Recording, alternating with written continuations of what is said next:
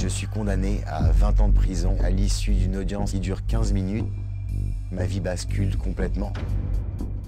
On me transfère dans une cellule qui contient 60 détenus dans 130 mètres carrés. Et je me retrouve donc avec les terroristes, des violeurs d'enfants. Je me dis, mais je ne vais pas tenir très longtemps. Je m'appelle Fabien Azoulay et j'ai vécu l'enfer dans les prisons turques pendant 4 ans. Fin 2016, je commence un tour du monde. Je parcours toute l'Europe, l'Asie, l'Australie. C'est une période de ma vie que je ne pourrai jamais oublier. Après avoir parcouru 26 pays en un an, il me reste une dernière étape, Istanbul, en Turquie.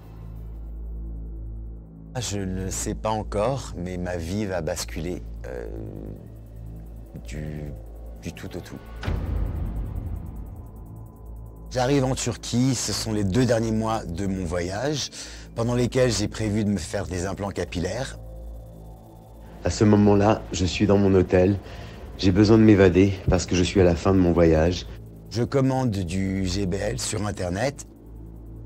C'est un stimulant, ça donne un peu l'impression d'être en état d'ébriété, mais légère. Sur le site web sur lequel je commande, il y a 5 pays vers lesquels la vente est interdite, mais la Turquie ne figure pas parmi ces pays. Donc moi, je commande en toute bonne foi. J'arrive donc à la réception pour récupérer le produit que j'ai commandé. Je l'ouvre devant la réceptionniste, je le referme en disant oui, c'est bien ça. Je me retourne et j'entends « Police, vous êtes en état d'arrestation ». Dès que je me retourne, les policiers me menottent. J'ai le cœur qui bat à 100 à l'heure. Je leur dis mais pourquoi? Ils me disent GBL interdit depuis juillet 2016. Les policiers pensent que je suis un dealer et que je suis venu à Istanbul tout spécialement pour livrer ce paquet à quelqu'un. Ils m'emmènent dans le commissariat pour m'interroger en fait pendant des heures et des heures. Et c'est là qu'ils me posent la question de savoir si je suis gay. Et je leur réponds oui. Donc les policiers m'ont traité de faggot, ce qui veut dire PD en anglais. Et je ne comprends pas pourquoi on m'insulte comme ça. Ils commencent à me gifler et à me battre parce que les réponses à leurs questions ne leur conviennent pas. Ils veulent me faire de la prison. Et ils me disent bienvenue dans votre nouvelle maison. Je supplie les policiers de me laisser passer un appel. Mon père décroche et je lui dis, papa, en sanglots bien évidemment, je me suis fait arrêter et je vais en prison. Et juste avant que je puisse poursuivre, le policier me prend le téléphone des mains et me dit 60 secondes, pas une seule de plus, et il raccroche. Quand les policiers m'emmènent dans cette prison, je vois le coucher du soleil et je me dis, profite parce que ça va être le dernier coucher de soleil que tu vas voir pendant longtemps. Quand j'arrive dans la prison de Maltepe, je vois des murs gigantesques, comme des murs de château fort. On me fait rentrer dans une salle où je dois prendre un matelas. Sauf que dans la salle, il y a une odeur abominable. C'est l'odeur d'urine et de sperme et de moisie. Et on me transfère dans une cellule qui contient 50 à 60 détenus dans, on va dire, 120, 130 mètres carrés, où il y a des traces de moisissure verte partout sur le plafond, sur les côtés. Et je me retrouve donc avec soit des terroristes de Daesh, talibans, soit des trafiquants d'armes, soit des dealers de drogue, soit des violeurs d'enfants. Je sens la dangerosité de ces personnes et j'en suis tétanisé. Je me dis, mais je ne vais pas tenir. Pendant 6 mois, je ne sais pas combien de temps je vais rester en prison. Et pendant ces 6 mêmes mois, je pense que je vais être libéré. Il y a 3 audiences qui se passent. Celle de février 2018 a été la fatale en fait. Je suis donc jugé à l'issue d'une audience qui dure 15 minutes et je suis condamné à 20 ans de prison qui est ramené à 16 ans et 8 mois pour bon comportement à l'audience. Je fonds en larmes et je dis mais j'ai vraiment été condamné? Pardon.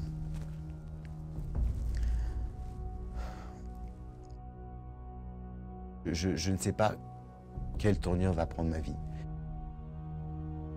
Je réalise que je vais passer un bon bout de temps en prison. Dans la cellule dans laquelle je suis, il y a des bagarres tous les jours. Dès que j'entends des bagarres éclater, je vais me réfugier soit dans les toilettes, soit dans la douche. Il y a un Syrien qui se fait égorger pendant la nuit et j'entends des cris forts qui me réveillent. Et il y a du sang partout dans les escaliers, partout sur les murs. En novembre 2019, il y a un détenu ouzbek qui vient d'intégrer la cellule. Il vient dans ma chambre avec une bouilloire d'eau chaude à la main. Et moi, tout naïvement, je pense qu'il veut m'offrir du thé. Et il me fait un signe de me retourner. Alors je me dis peut-être que le thé est pour un co-détenu. Donc je me retourne et en me retournant vers lui, il me jette la bouilloire d'eau chaude au visage. Et c'est là où je me cogne en fait la tête en face de l'armature de l'autre lit. Et je sens comme ma peau en train de cuire en fait. Les gardiens arrivent, prennent le détenu ouzbek qui m'avait agressé. Ils me prennent moi et j'éclate en sanglots. Suite à cette agression, un des détenus me conseille de dormir avec un couteau sous mon lit, ce que je fais. Je commence à acheter d'un autre détenu des somnifères. Si psychologiquement je ne tiens plus, si jamais je me fais agresser à nouveau, voilà, je me dis au moins j'ai ça pour mettre fin à tout ce cauchemar.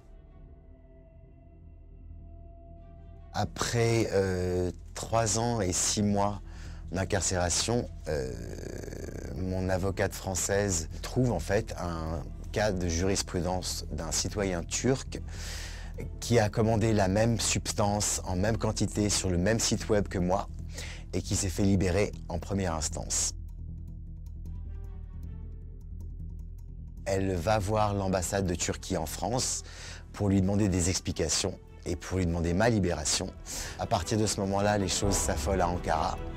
Et quelques mois après, le gardien me dit « À 3h30 du matin, tu prends toutes tes affaires ». Le jour de ma libération, je me souviens, c'était le 2 novembre 2021. Quand j'ouvre la porte, donc c'est un grand soleil que je n'avais pas vu depuis plus de 4 ans. Et je vois mon frère et un ami qui sont venus me chercher. Je serre mon frère fort dans les bras. Il m'a dit « Tu vois, je t'ai promis ».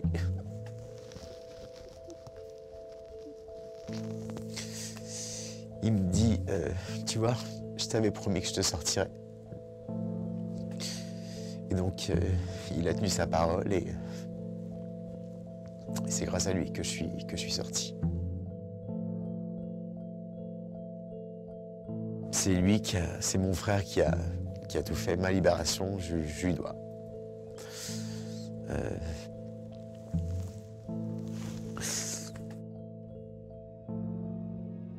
Aujourd'hui, tout m'émerveille. Un arc-en-ciel, ça m'émerveille. Une coccinelle, ça m'émerveille. Un coucher de soleil, un lever de soleil, une balade dans la campagne.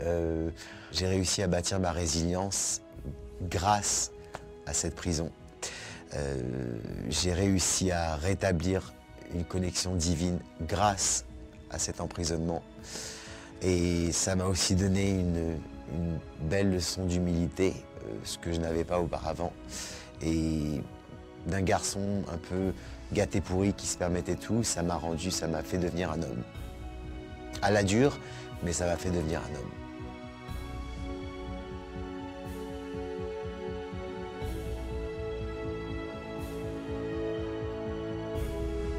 Je suis transféré dans un centre de rétention. C'est un sous-sol horrible où on est entassé.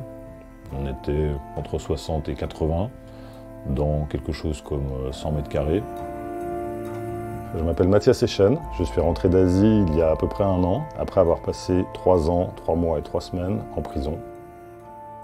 En parallèle à mon activité de finance, avec ma femme qui était en train de devenir décoratrice d'intérieur, on a commencé à réfléchir à monter des projets immobiliers. Et à notre 3e voyage à Bali, au début de l'année 2006, On est tombé amoureux de l'île, pourquoi ne pas aller s'y installer et construire des maisons?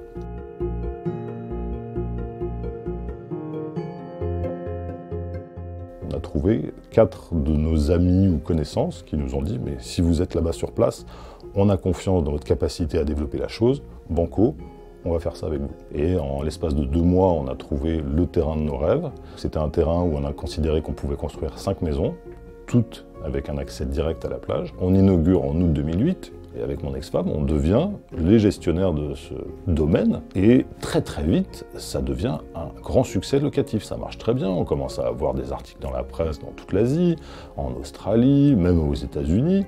Mais l'année 2011, c'est une année où on aura organisé 83 mariages. C'est l'année aussi où je rencontre un milliardaire anglais qui décide d'acheter ma maison. Et l'avocat qui suit mes affaires là-bas, un jour m'appelle, enfin donc 2 jours après que j'ai signé cette promesse de vente, en me disant « Mathias, on a un problème, ton permis de construire, il n'est pas valide ».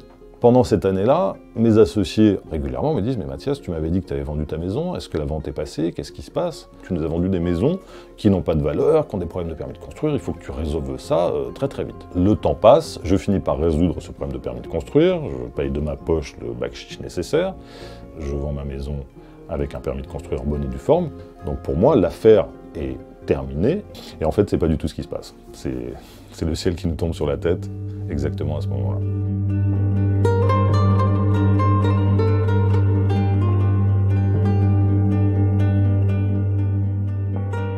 On commence à recevoir des lettres nous demandant des comptes sur les coûts de construction de ces maisons. Tout d'un coup, ces anciens associés se penchent sur les comptes, la comptabilité. Les problèmes avaient commencé avant la fin du chantier, donc au début de l'année 2008. On a une énorme dispute avec l'entrepreneur qui construisait ces maisons. On s'aperçoit qu'en fait, il ne paye pas les taxes qu'il est censé payer, il ne paye pas les sous-traitants. Dans le pur esprit indonésien, c'est-à-dire corruption, pas mal de gens commencent à me tomber sur le dos en disant « Mathias, si tu ne nous payes pas pour ce qu'on a fait sur ton chantier, on va tout casser ». Et je me retrouve forcé par une espèce de chantage à devoir repayer ce que j'ai déjà payé à l'entrepreneur à ses sous-traitants. Donc avec des factures qui explosent et d'un budget qui, à l'origine, tout au début de nos discussions, était aux alentours d'1 million de dollars. On était déjà à ce moment-là à 1,3 million. Et là, tout d'un coup, on va finir finalement à 1,6 million. Il commence à menacer de porter plainte contre nous. 3 mois plus tard, à l'occasion d'un week-end pour aller fêter les 40 ans de mon meilleur ami à Hong Kong, à l'arrivée à l'aéroport de Hong Kong, à l'immigration, ma femme et moi, on se fait arrêter. Le lundi matin, après nos 48 heures de garde à vue, on se retrouve devant le juge. Bon, le juge accepte illico de nous libérer sous caution, mais nous saisit nos passeports. On a été inculpés pour des faits qui se sont quand même produits en Indonésie. On habite en Indonésie, on travaille en Indonésie, on n'a aucune attache avec Hong Kong. Mais les autorités de Hong Kong disent si on est compétent, parce qu'il y a eu des transferts d'argent entre Hong Kong et l'Indonésie, donc ça suffit. Alors cette situation, elle va durer plusieurs mois. Elle va durer 7 mois pour mon ex-femme, qui n'a récupéré son passeport qu'en décembre de la même année, en décembre 2012. Moi, je l'ai récupéré en septembre.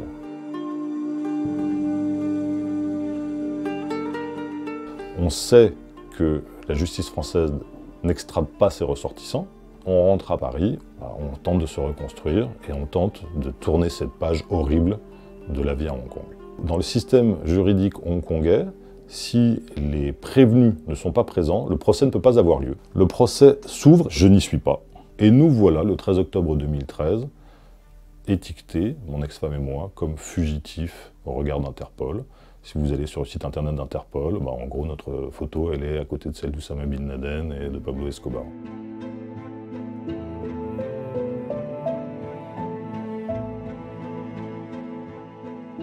On est allé voir des juristes et des avocats qui nous ont dit « Tant que vous ne quittez pas le territoire français, rien ne peut vous arriver ».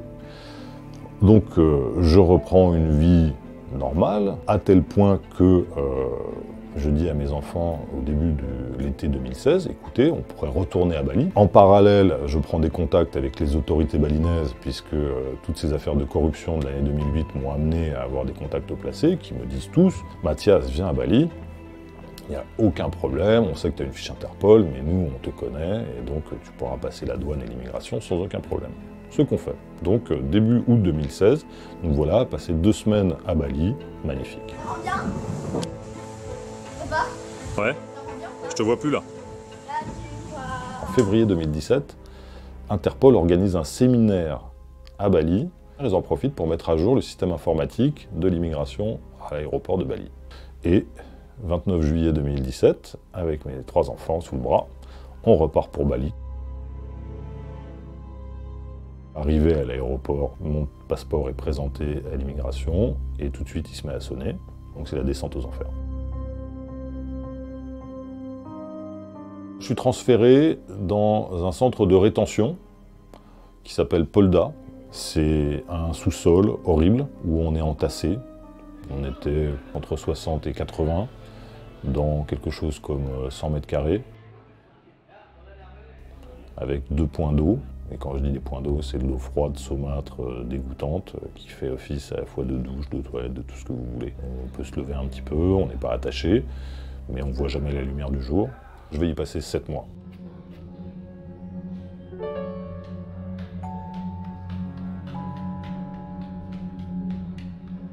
Au mois de mars 2018, tout d'un coup, on vient me chercher, on me dit tu pars à la prison de Kérobokad. Je me retrouve dans un monde que je ne connais pas du tout. J'arrive là-bas, j'ai 47 ans. La moyenne d'âge dans ces centres de rétention, dans ces prisons, c'est quoi? C'est 25 ans. Donc tout de suite, je suis étiqueté le vieux, l'étranger, et des relations très cordiales dès le départ s'établissent avec tous les détenus. Il y a aussi une violence très forte, et de la part des gardiens. Le prix de la vie dans ces endroits-là, c'est pas du tout le même. J'ai vu 3 personnes mourir sous mes yeux. Oui, j'ai vu des gens se taper, j'ai vu des gens se menacer, j'ai vu des choses qui pouvaient être utilisées comme des armes. C'est vraiment le côté mental qui est extrêmement difficile, dans le sens où je n'en vois pas le bout. J'en peux plus, je veux rentrer. Donc je vais faire une grève de la faim. Je suis toujours en train de mourir à petit feu. J'ai entamé il y a maintenant 10 jours une grève de la faim. J'ai perdu 7 kilos, j'ai des nausées et des vertiges en permanence et des douleurs articulaires terribles. Mais je n'ai pas l'intention de lâcher. Ma situation est trop injuste. Mon but, c'est pas de mourir. Mon but, c'est de montrer au reste du monde que trop c'est trop, que tout ça c'est une histoire complètement injuste, cousue de fil blanc et qui ne parle que d'argent, qui ne parle pas de crime. Et donc ça suffit. Je vais perdre 27 kilos, je ne vais plus pouvoir tenir debout. Au bout de 3 mois, je ne vois plus qu'en noir et blanc avec un champ de vision qui s'arrête à 50 cm. J'ai des syncopes régulièrement, je dors entre 14 et 16 heures par jour. Je suis en permanence allongé. J'ai des hallucinations évidemment. J'ai mon corps qui devient méconnaissable. Mes avocats français me disent « Mathias, il reste un recours, c'est d'aller à l'ONU, parce qu'à Genève, l'ONU a un bureau spécial pour les incarcérations injustes. Et là, fin août, mes avocats en France me disent « Mathias, on a une très très bonne nouvelle, l'ONU va rendre son rapport et ils vont imposer à l'Indonésie de te libérer sans délai. Prépare-toi, tu vas rentrer. »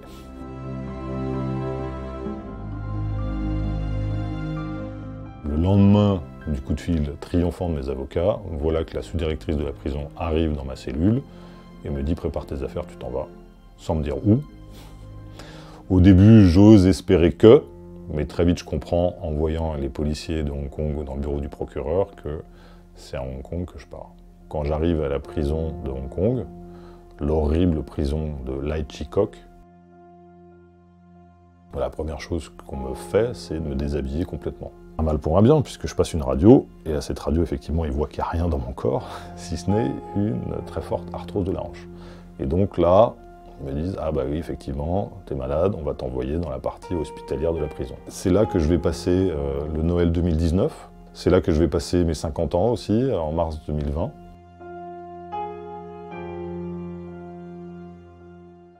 Et je suis au bout du monde, je suis au fond d'un trou, avec aucune possibilité de communiquer. Je comprends aussi que je vais devoir assister à mon procès pénal et que voilà, on va arriver à l'épilogue de toute cette histoire. 23 novembre 2020, le procès s'ouvre. C'est un procès fleuve avec une vingtaine de témoins. Mais c'est là que vont commencer à défiler à la barre tous ces gens qui donc expriment qu'ils ne sont pas assez gagnés d'argent en faisant des affaires avec moi. C'est des gens qui disent que voilà, ils me faisaient confiance et que j'ai trahi leur confiance, mais sans apporter la moindre preuve de ça. J'ai récupéré mon ordinateur, dans lequel il y a toutes les preuves de mon innocence. Petit à petit, je montre au juge à quel point, contrairement à ce que ces gens disent, ils n'ont pas été floués. Ils m'ont laissé face à toutes les problématiques de corruption quand c'est désarrangé.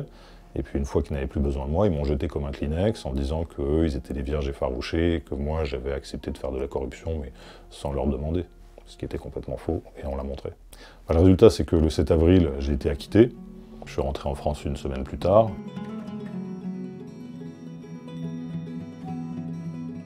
Il y a des séquelles qui ne s'effaceront qu'avec les années. J'espère d'ailleurs qu'elles s'effaceront. Mais mes enfants, je les ai retrouvés, 2 sur 3 étaient déscolarisés, avec des problèmes psychologiques terribles. Moi, aujourd'hui, je garde de tout ça une tristesse extrêmement profonde face à ces gens qui, non seulement m'ont mis en prison, mais ont perturbé l'enfance de mes 3 enfants, mais à un point inimaginable. Ils les ont séparés de leurs parents, tout ça pour une histoire d'argent, qui à la fin du compte, en plus, était complètement cousu de fil blanc. C'est monstrueux.